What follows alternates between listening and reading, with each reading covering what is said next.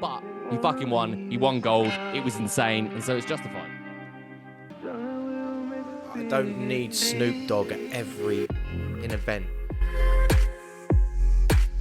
There was an El Classico friendly this week between Real Madrid and Barcelona, and I don't really like it.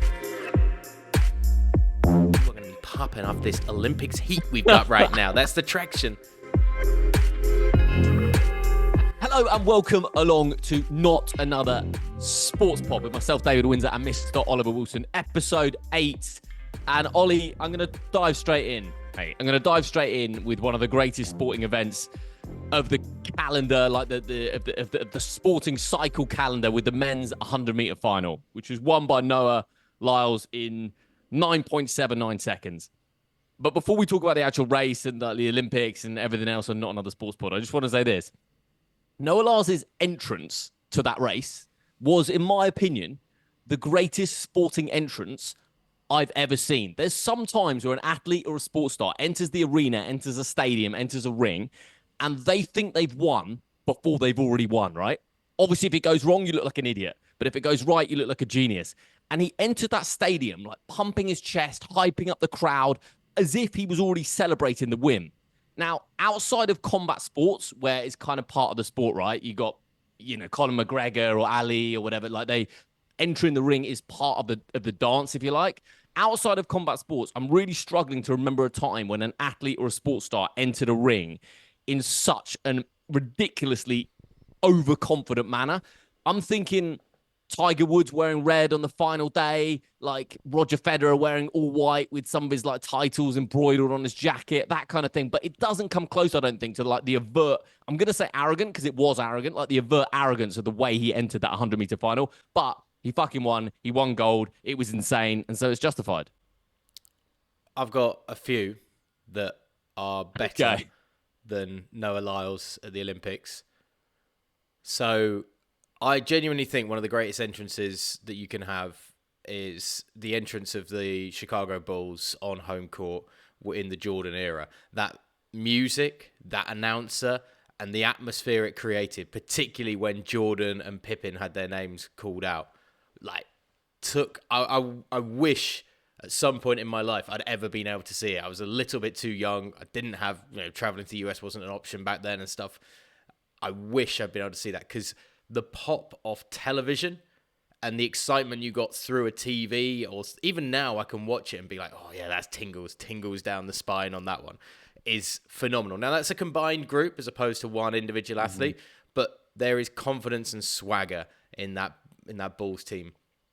I also think you could argue as well the LeBron James with the talcum powder toss that he does. The coin toss thing. Well, no, the talcum powder. It's not a coin toss. He walks up to the bench, he puts some talcum powder on his hands, and then he throws a load of it into the air, and it's kind of synonymous now with LeBron James and his pre-game ritual. It maybe not really be an entrance, but again, it's one of those things. But my all-time favorite that, again, I think blows Noah Lyles out of the water is one of the greatest, the hardest-hitting safeties of all time in the NFL. It's a guy called Brian Dawkins. He used to call himself Weapon X, right? And he was outside the game.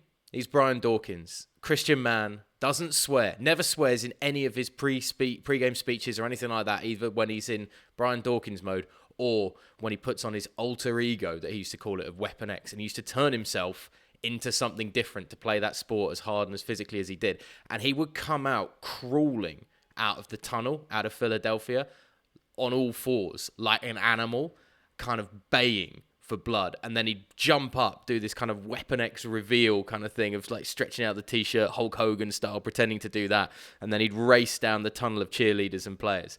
And again, it's one of those really unique individual moments. And the fact that you know that this guy was such a pleasant, well-spoken man outside of the game, and then on the field, he switched into this genuine, like, psychopath baying for blood sort of guy, I think tips the edge for me. Also a bit of Philadelphia biases. I'm an Eagles fan, I think, Dave. But yeah, it's one of those ones where it's so unique and it's so about the individual character that it took the stadium up to a kind of next level hype mode, which was awesome. I'm sensitive that I just don't watch enough American sport. Maybe this is more part of like the American It sports is. psyche, whereas potentially you could argue that European sports maybe a bit more demure and there's less of that like avert character before the sporting event starts. Because of course, yeah, I just thought it was I just thought it was a crazy thing to see Noah Lyles last night come out and act like he'd won before he actually had one. I mean, of course, you had the Usain Bolt Ollie doing the lightning bolt and his kind of theatrics before he won.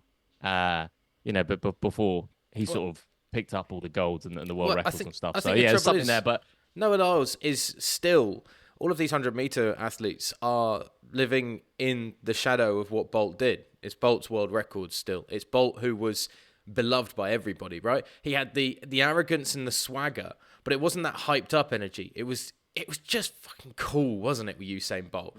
There's a highlight reel going around at the moment, and certainly was pre-Olympics, of Bolt with all the volunteers that stood by his area where he's getting ready, and he's either doing like little fist bumps or having a quick chat with them and stuff like that. And he was so smooth in the moment, and yet so focused when he needed to be and locked in. And he could turn that switch on and off of like, hey man, yeah, dude, it's just running. Don't worry about it. Yeah, me and you are gonna do this together. You look after my stuff. I'll see you down the other end when I've got that. Because that's gold who he medal. really was. Yeah, That's like if it's authentic, you can get away with so much in life. If it's genuinely authentic, and because that's who he obviously really was, like on off camera, it kind of worked. Whereas what do you think about the Noah Lyles one? I feel is like that.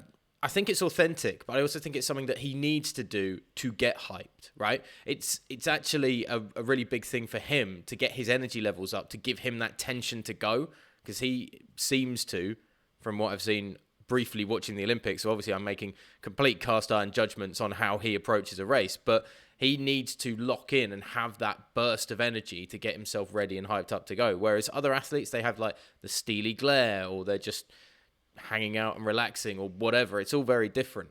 And I think Bolt was a more relatable version of what Noah Lyles is doing, because that OTT hype, I think for a lot of people, particularly in the UK, is seen as very American, very like that kind of egregious American tourist. You can hear them coming a mile away when you're in places like Rome and Florence. You know what I mean? Like it just happens that way. They're really so like hyped up. Oh my God, I can't wait to see Michelangelo's David. It's like, well, we're in a queue for the next hour, so let's just chill. Let's relax about it. It's all good. Spoken like a man that's been in Italy recently and seen some of this. That's first account. But yeah, it's I think it was an insane race. Just on that, like the way different sporting stars kind of cheat themselves up, Ollie. I got caught before the 100-meter final. I was watching some of the women's high jump, and I'm not going to claim I remember the names because I don't. But the Aussie woman, she was like reading her diary, and there was a lot of like self-talk, and she was sat down like before this final like gold medal face-off, like reading her own personal diary, and the Ukrainian was sat like near her necking a Red Bull, and it was just like this the paradox between those two, and like it's whatever works for you, right?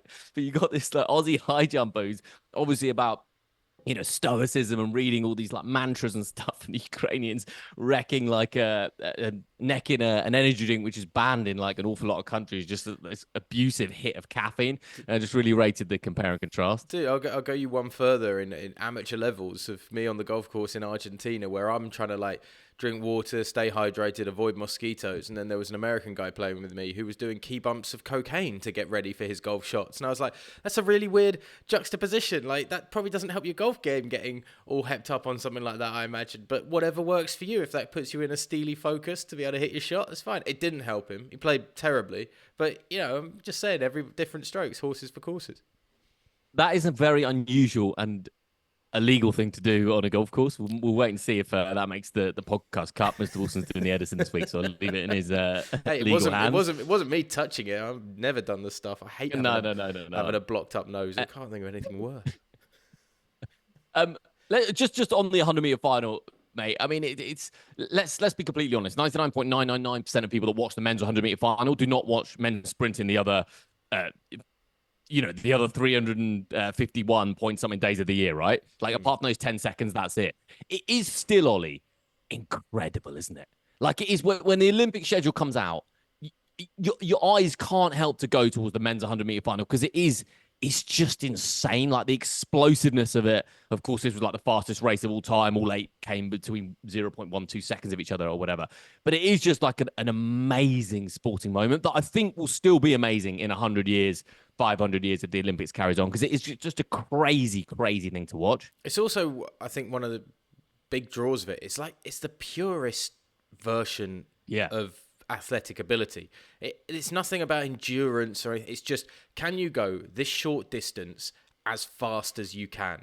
And it's power and athletic ability. So it kind of combines the two, as opposed to, a marathon runner. You don't get bulky, beefed up marathon runners because that's too much weight to be carrying around. They have that kind of lean, mean endurance to be able to run an hour and a half, 2 hours or whatever it is for 26 miles. I mean, it's insane what they can do.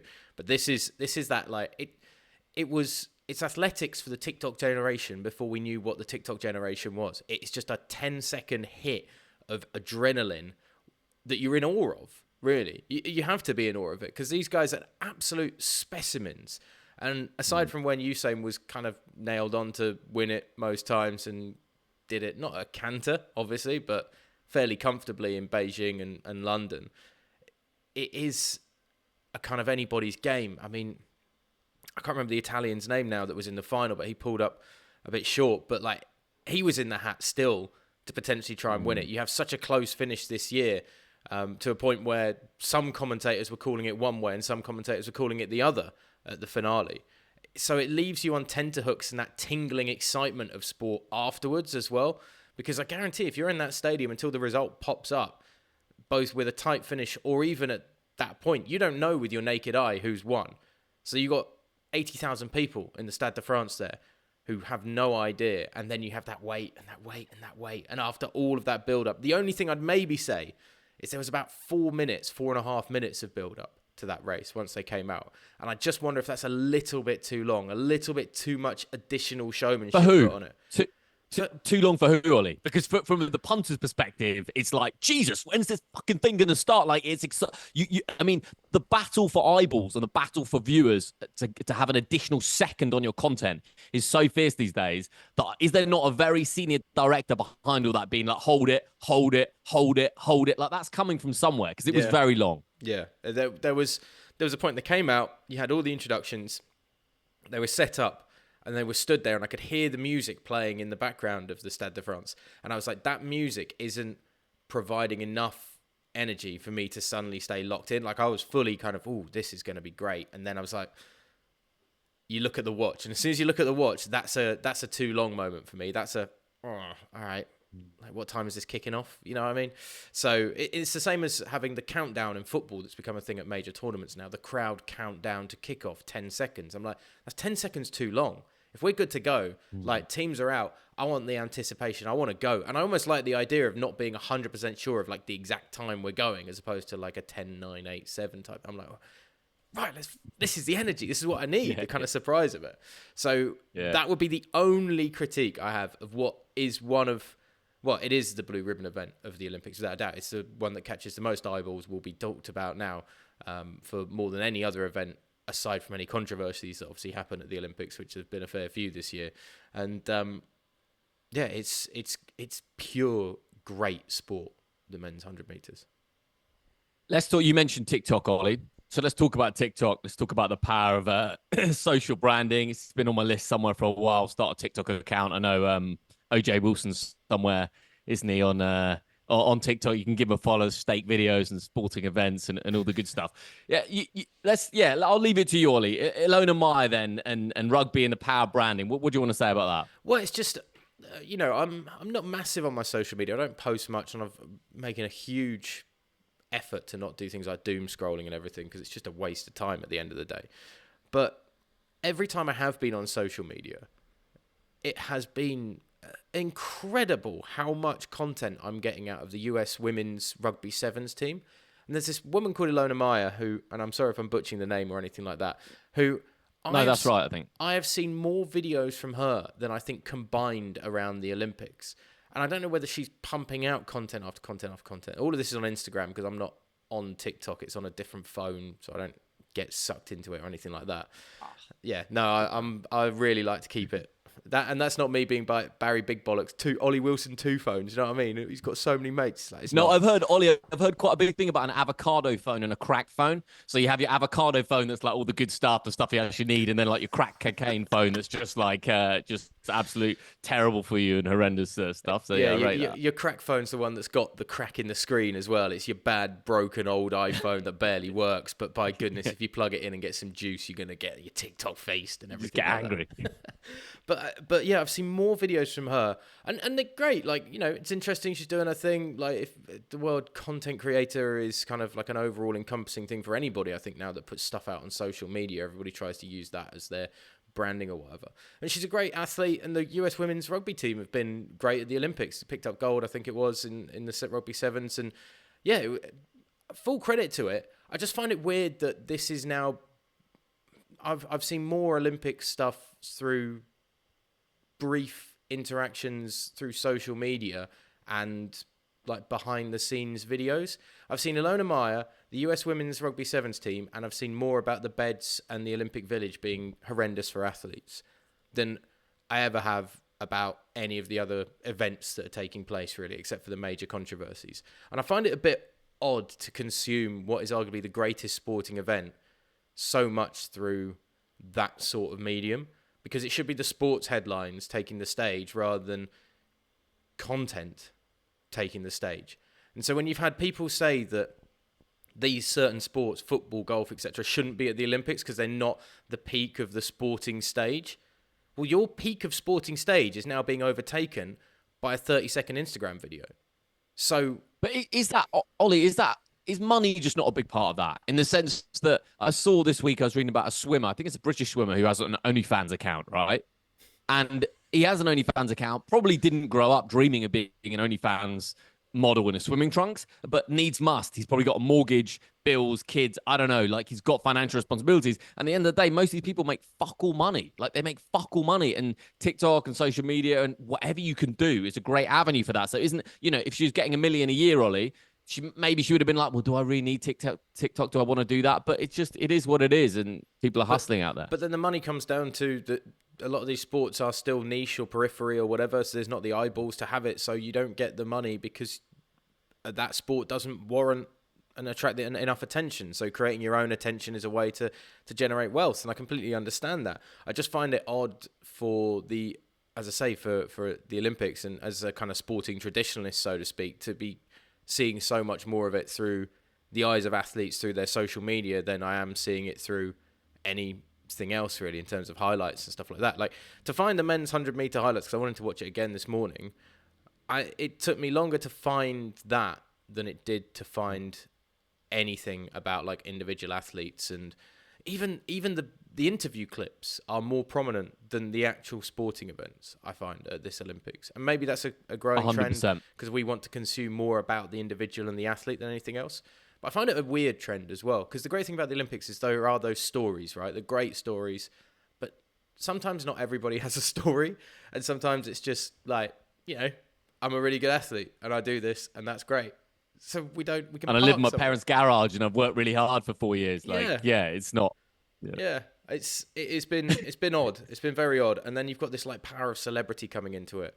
Like, I like rap music and all that stuff, but I don't need Snoop Dogg at every event, like every single one. And he's turning up to the dressage in full horsey attire with Martha Stewart, because apparently Snoop Dogg and Martha Stewart is a thing. I've seen more celebrity interactions, but particularly like, this is the Olympics in Paris. This is a city of art, culture, of great legacy and history in revolution and forming the modern world that we have today. And some of the most beautiful pieces of artwork that have ever been created are sat there in the Louvre. And the most prominent face that you will see in Paris 2024 is Snoop Dogg. And it's interesting. And everyone's leaning into it. Like, we had a special on one of our broadcasts about 4 guys that have got one of Snoop Dogg's old cars and they're driving around Paris looking for Snoop Dogg. I'm going to check that out. There is a story. Is it not that kind of thing? Or, like, look, instinctively, I completely agree with you.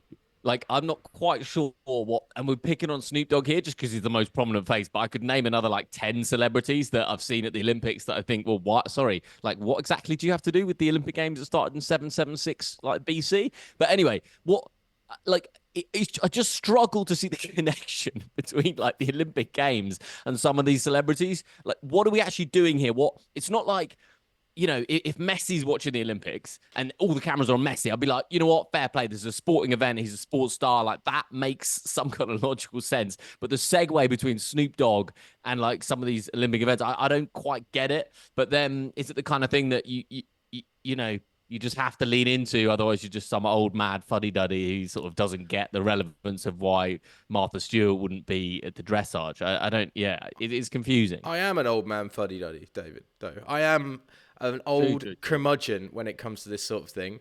And honestly, if you need to stick people like Snoop Dogg front and center to get kids to have any sort of interest in the Olympic Games are dead. They're dead to a younger generation. It's sure pointless. And and broadcasters and sporting events need to understand that people mature. And you don't necessarily need to have the eyeballs of 10 to 14, 15-year-olds on your events and sports for 100% of the time. What you need to have is to have a well put together product that showcases the athletes and the qualities of the sport itself that will attract and stay with people. I mean, we were talking about great moments from Olympic history that we remember. By the way, I got to call you out on this. Jonathan Edwards was the World Championships in 95, not the Olympics in 96. Yeah, I knew I'd stumbled over that. I mean, loyal listeners to Not Another Sports Pod, all 7 of you, will probably be thinking, I stumbled over that because I was fucking young, Ollie. Yeah. Do you know what I mean? I was doing it off the top of my head. I was a child. I was like 7 or whatever. Or 10, and yeah, it wasn't the Olympics they did that, it was the World Championships. But you can remember that. I can remember like Michael Johnson's gold boots, and like obviously we've seen it again and again over the years and stuff like that. But there are things that you genuinely remember as a kid just because it's a flashpoint. And it wasn't because I was seeing Dr. Dre's face just before Michael Johnson went out running that I remember it. I remember it because I was thinking, wow, that is a hell of a run. Like, that is fucking fast right there. And he's done it at 200 and 400 in gold boots with all the swaz. Like, that's cool. It wasn't ever about tracking it and attaching it to anything else. It was just, this is good sport, and you enjoy it. Yeah. And I think, when there's like, if there's a Champions League final and the camera cuts to like Tom Cruise, right? It doesn't need to. Like, he's really not part of it. It's not necessary because something like the Champions League final or the World Cup final just stands by itself. And I do agree that there's a danger in that if you're bringing celebrities into the Olympic Games to boost viewing figures, you're almost like artificially boosting it in a very temporary way rather than dealing with like any kind of root cause. It's a bit risky, I'd say. The cynic in me is like, are they, actors, musicians, etc., that are turning up at things like the Olympics? Have they got a manager that's going, tell you a really good place to get seen this summer, all right? I'm telling you right now, if you go down there, if you go and have a chat with Ilona Mayer right now, she is popping on TikTok. We're going to get the private jet out, and we're going to get you down there. You're going to meet up with them. Just say hi, do some handshakes, maybe throw a rugby ball or something, learn how to do that, and then we'll get you back home straight away. But you are going to be popping off this Olympics heat we've got right now. That's the traction. That's the conversations that I think are happening right behind the scenes. 100%. The youngsters are rolling their eyes at us, Ollie. We know we were in a losing battle here, by the way. We know every Olympic Games from now on. It's just going to be basically a celebrity show with a bit of sport on the side. Let's carry on, Ollie. I know you want to talk about Caitlin Clark. I just want to talk about Novak Djokovic just prior to that. Novak Djokovic eventually won the gold medal in the tennis against Carlos Alcaraz. First of all, never seen Djokovic react like that after winning anything. He's in floods of tears. He's trembling on the clay. It was the final piece of the puzzle. He's indisputably the greatest human being that's ever picked up a tennis racket. Absolutely unbelievable. He's finally done it. The oldest player to ever do it at 37. I just want to say 2 things off the back of this. First of all, I don't think Novak Djokovic ever beats Carlos Alcaraz again on a platform like that, just because I think this is the final tipping point of Alcaraz being, 21, 22 and Djokovic being 37. I think that's the final tipping point. I don't see a world where Djokovic beats, certainly not in 5-set matches, maybe in 3s, but in the slams. I don't think it ever happens again.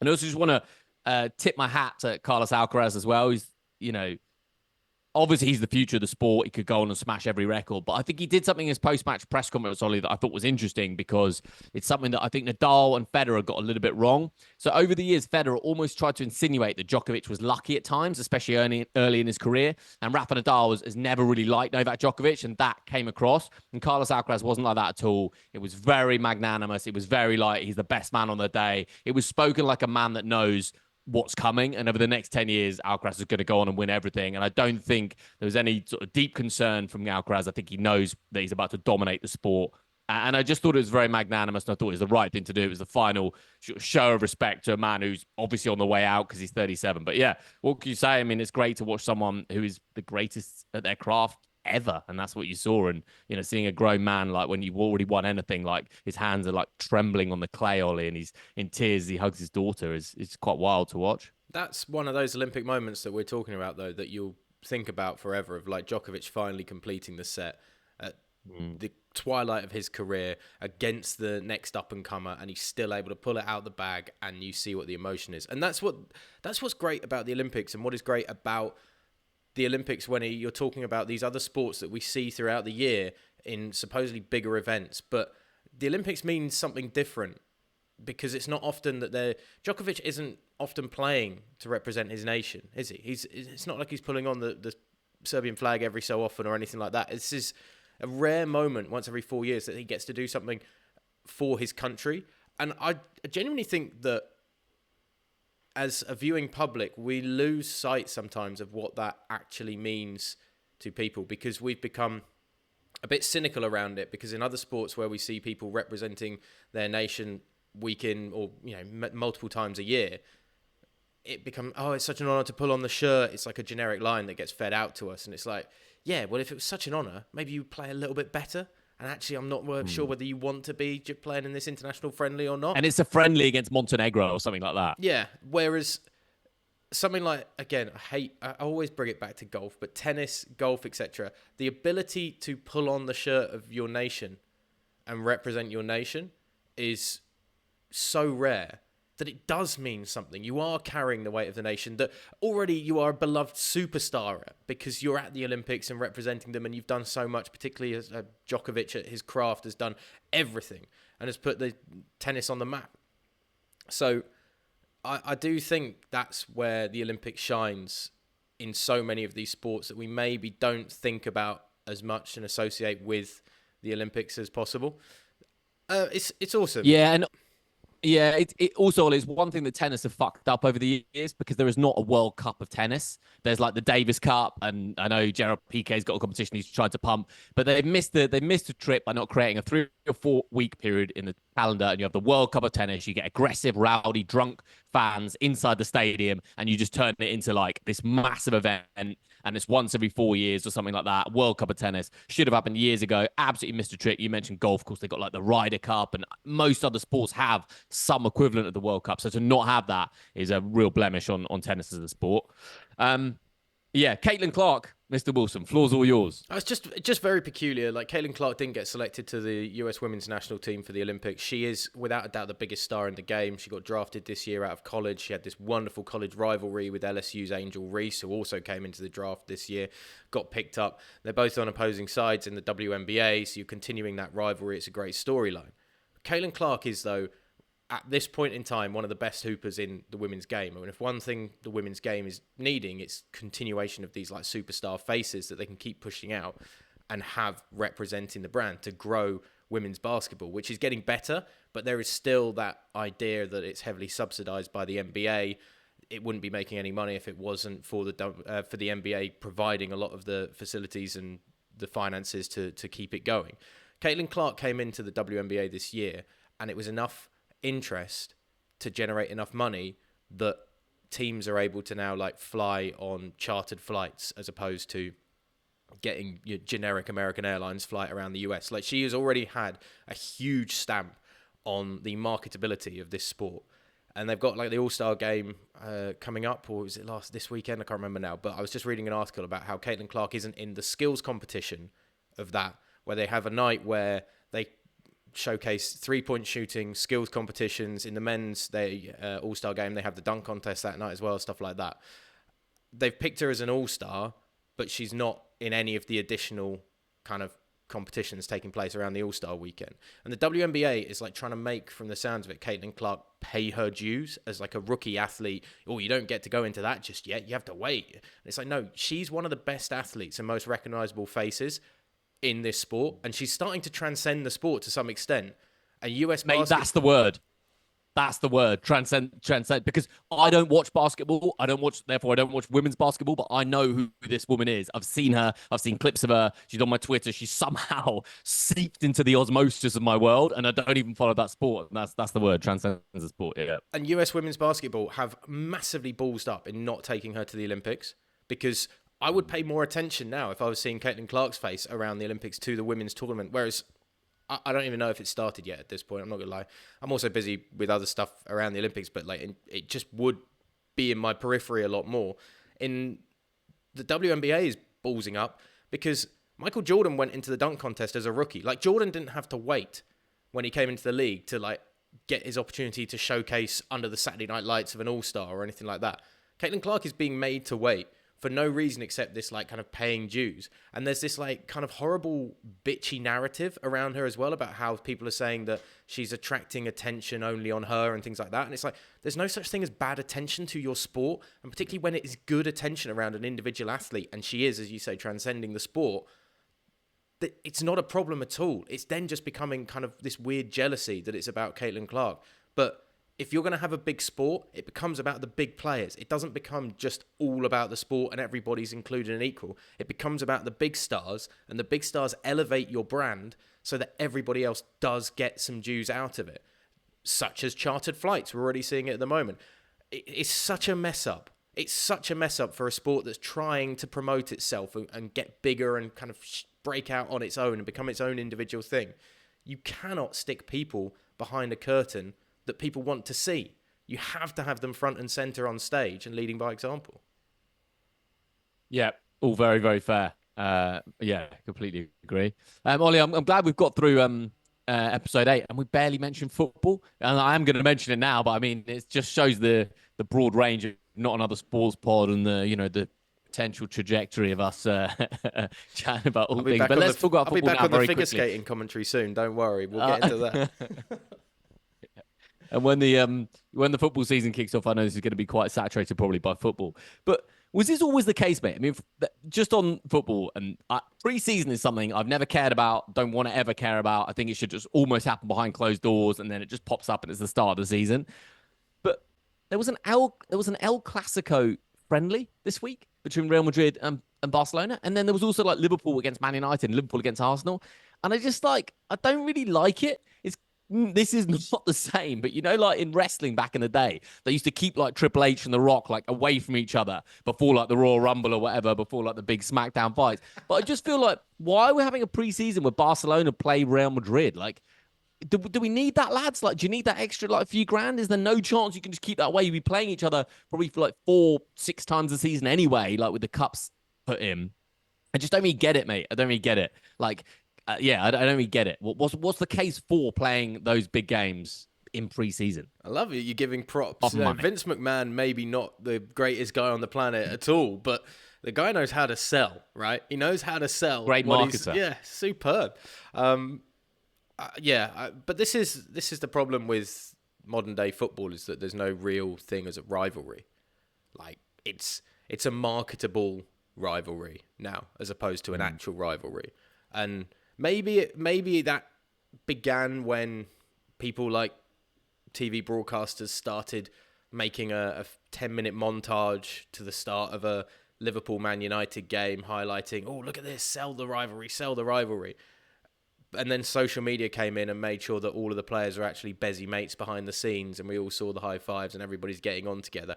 Give me an England team that hates each other and they can't sit at the same table, as long as it means I can also have two players unwilling to look each other in the eye in the tunnel before a Man U Liverpool game or a Liverpool City game or something like that. Like, I want the animosity back, and putting on a friendly loving in a...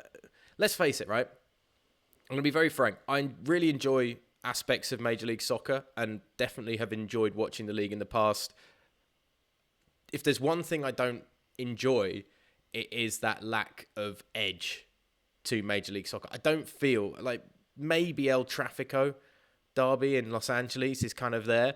And there's obviously the Pacific Northwest with the Sounders and the Timbers and to an extent the Vancouver Whitecaps as well. They've got a really good raucous atmosphere up there that feels more European than anywhere else around Major League Soccer. But in general, because football is broadcast, is put out and banded as a very family-friendly, no concussions, no anything else, everybody can get involved all at once, jumpers for goalposts, brilliant at a young age. That's gone into the mentality of selling the game in the US to some extent, it feels like. And so it's all very nice and no one would say boo to a goose or anything like that, at least in the way it's branded and marketed. And that then putting a pre-season friendly between two great sides in somewhere like the United States turns it into like a pillow fight as opposed to any sort of intensity around it. And it kills, therefore, what you'll see, I think, in a Premier League weekend to some extent of, yeah, we saw these two just passing it around each other for 90 minutes when everybody was just trying to get pre-season fit.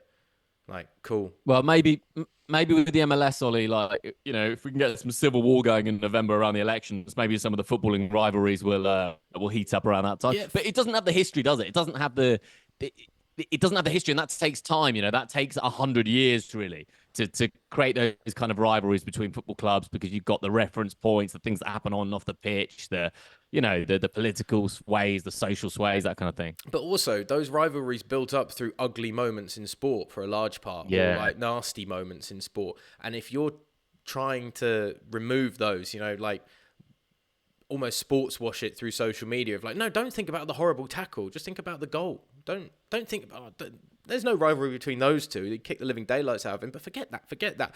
Just shiny goal and a 4-2 scoreline, and that's nice, and fight and win, you know, like it's just it struggles to create then that intense edge. And that's why I think what they've carved out in the Pacific Northwest in particular is really impressive, because they've kind of forgot, like, they don't care about that, at least in the foundations of Major League Soccer. When like the Portland Timbers came in, it was very much, we're going from the word go, as we're going hell for leather on this, and we're going to kind of like bring that Dortmund style curver atmosphere to it, and it's worked really well.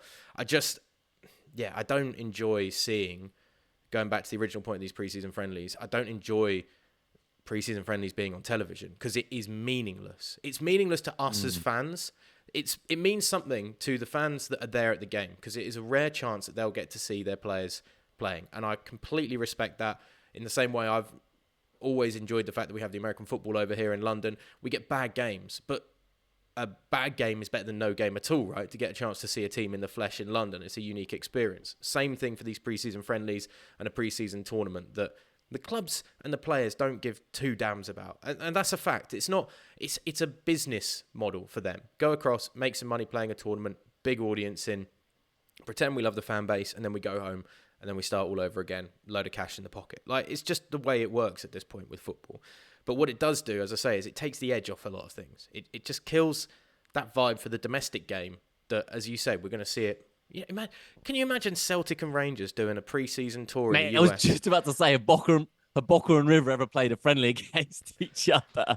I don't know. Correct me if I'm wrong. Maybe they have, but I can't imagine too many Galatasaray, Fenerbahce, or Boca River friendlies, because it's just so white hot that people want to keep it like that. I mean, Boca River, there haven't been away fans in the grounds in Argentina for like best part of a decade now. So like, yeah, I don't think a friendly's going to happen. Yeah, it's just and that's what makes it great. Like, that's why we've enjoyed going to these Argentinian football games out there, because there's still that weird edge. You know, we were there when the police got involved outside that River game, like, and nothing really happened, but you still got there and you were like, ooh, this is something in spicy. Yeah, there's just something there that gets you like a bit more tingly. And look, safety's paramount. Everybody should be able to go to a football game safely and enjoy it and everything like that. But you cannot tell me that the adrenaline rush doesn't add to something when there's that tension in the air, whether it's animosity between the players or something. Just that, even like putting a game under the lights, when that used to be a novel thing, going to a floodlit game as a kid, the stadium shines out a little bit more from the rest of the world around it. It's all your eyes focus on the floodlights as you're walking up to it. And now it's like every other game is under the floodlights. We've got so many midweek fixtures. Like, yeah, okay, cool, nice. Yeah, I mean, Yeah. it's Eternal cool. paradox, isn't it? I mean, you try and create this package to sell the product. And as you say, of course, everyone wants as many families and everyone to be able to enjoy it safely. But yeah, you've got to keep the edge to sell the narrative. Just quickly talking about edges, I can't have words to describe how good this man is at his sport. And you're talking about people like Novak Djokovic and everything. What Scotty Scheffler did this week at the Olympics in the golf was outrageous. I think he was like 4 shots back with 7 holes to play. John Rahm looked like he had the gold medal coming and then had a bit of a collapse. Tommy Fleetwood was right up there and leading at one point. And Scotty Scheffler, 4 shots back with 7 holes to play is tough. What is Le National is one of the toughest golf courses in continental Europe, like without a doubt. It has been used for a Ryder Cup for that reason. The Americans went there and they collapsed against Europe. It wasn't a collapse. It wasn't as bad as Marco Simone, but it was a victory for Europe, and the Americans couldn't handle Le National and what it brought. The water is treacherous. The rough is horrible. It's a great vantage point, though, for fans. They get really good sight lines of the course and can see everything going on. And Scotty Scheffler kind of has meandered his way into semi-contention going into the 4th day. And then it's like a switch turns on in this guy. And he's like, right, cool, we're going to go win it. We're going to win it in the most... Shot 9 under on the final day. 9 under par is mental.